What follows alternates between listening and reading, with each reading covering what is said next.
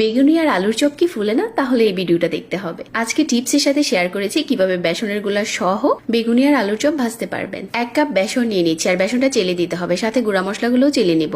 Half চা চামচ করে দিয়ে দিচ্ছি মরিচ, হলুদ, ধনিয়া আর হচ্ছে এখানে লবণ। এটা ভালো করে চেলে মিশিয়ে নেওয়ার পরে নর্মাল পানি দিয়ে দিচ্ছি 1 কাপ। খুব ভালো করে হচ্ছে মিশ্রণটাকে মিশিয়ে নিচ্ছি যাতে স্মুথ হয়। প্রথমে 1 কাপ পানি দিয়েছি, তারপর হচ্ছে এরকম করে গুলে নেওয়ার পর আবার অল্প অল্প করে পানি দিয়ে এরকম একটা মসৃণ গোলা বানিয়ে নিয়েছি।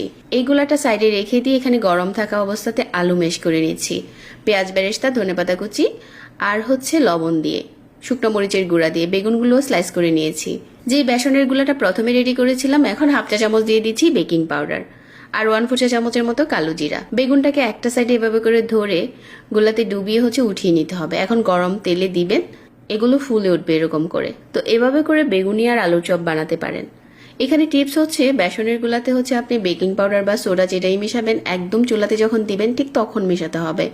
আগে থেকে মিশালে কিন্তু এটা ভালো হবে না। যখন দিবেন তখন হচ্ছে এটা ইনস্ট্যান্ট মিশিয়ে সাথে সাথে তেলে ছেড়ে দিবেন, তাহলে এরকম ফুলকো আর মুচমুচে হবে। এভাবেই ভেজে নিয়েছি বেগুনি আর আলুর চপ।